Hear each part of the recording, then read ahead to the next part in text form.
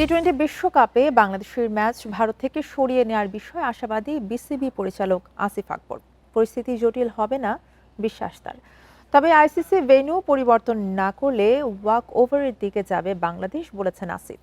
সর্বোচ্চ নিরাপত্তা দিতে চাইলেও ভারতে যাবে না টাইগাররা। এখন আইসিসির সিদ্ধান্ত জানার অপেক্ষা বিসিবির।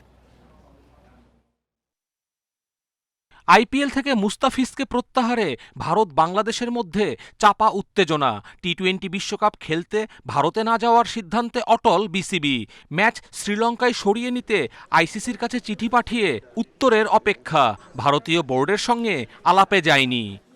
বিসিসিআইয়ের সাথে আমাদের যোগাযোগ নেই। আমরা আইসিসির ইভেন্টের জন্য আইসিসির সাথে যোগাযোগ করেছি।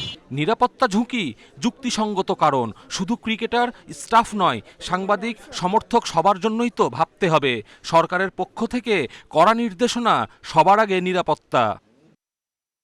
আইসিসি থেকে কোনো প্রতিক্রিয়া আসেনি এখনও। ভারতীয় গণমাধ্যম প্রতিনিয়তই নানান খবর দিয়ে যাচ্ছে।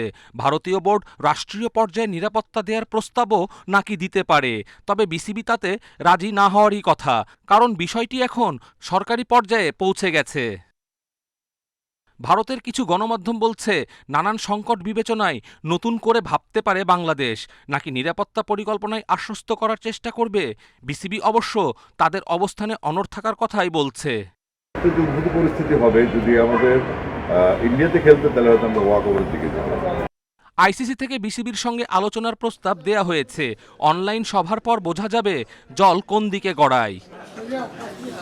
কপিল পাল, ইন্ডিপেন্ডেন্ট নিউজ।